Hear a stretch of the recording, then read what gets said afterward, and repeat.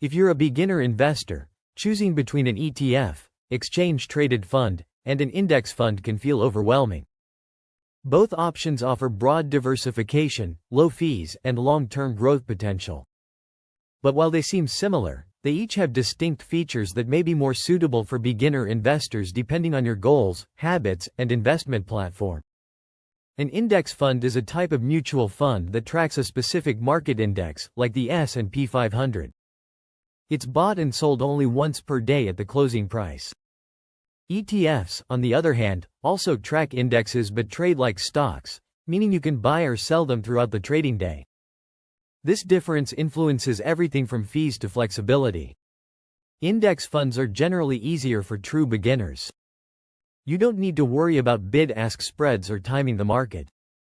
You simply invest a lump sum or set up an automatic contribution plan.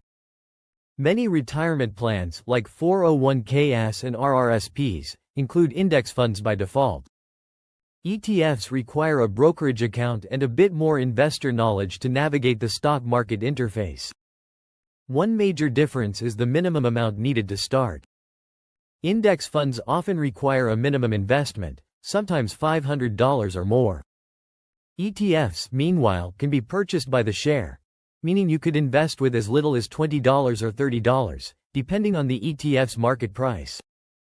This makes ETFs more accessible for those starting with limited funds.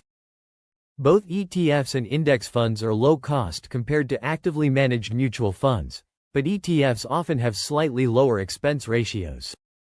Additionally, most brokerages now offer commission-free ETF trades, erasing a former disadvantage. Still, index funds might be better if you're making regular contributions, since you can avoid potential trading fees and bid-ask spread costs. ETFs give you the flexibility to trade throughout the day, which can be useful if you want to react to market movements. But this can also be a downside for beginners who might be tempted to overtrade. Index funds settle at the end of the day, encouraging a set it and forget it approach that aligns better with long-term investing principles. ETFs are generally more tax efficient due to their structure, especially in taxable brokerage accounts. They're built to minimize capital gains distributions. Index funds can generate capital gains taxes if the fund manager sells holdings to meet redemptions. If you're investing through a tax-advantaged account like a Roth IRA or TFSA, the difference may not matter as much. Index funds are typically easier to automate. Most investment platforms allow you to set up regular contributions into an index fund without needing to manually place trades. While it's also possible with ETFs, it usually involves manually purchasing shares unless your broker offers fractional shares and automation tools. For hands-off investors, index funds may be the better fit.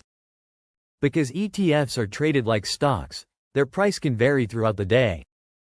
This introduces the concept of bid-ask spreads, which can slightly affect your returns if you're not careful. Index funds, by contrast, are always priced at their end-of-day net asset value, NAV, providing greater simplicity and price clarity for beginners who don't want to worry about timing. The constant price updates and tradability of ETFs can tempt new investors to engage in short-term trading, undermining long-term goals. Index funds enforce discipline by restricting trades to once daily, naturally supporting a buy-and-hold strategy. For those still building investing habits, this limitation may be an advantage rather than a drawback. If you want automation, simplicity, and a hands-off investment experience, index funds are generally the better choice. They support disciplined investing and are easier to manage within retirement accounts. If you want flexibility, low minimums, and potentially better tax efficiency in taxable accounts, ETFs are a great alternative. Ultimately, the best option depends on how you plan to invest and your comfort with using brokerage tools. If you have found value from this video, share, like and subscribe to the 3 Pockets for more investment tips to multiply your money. Subscribe to my email list link below.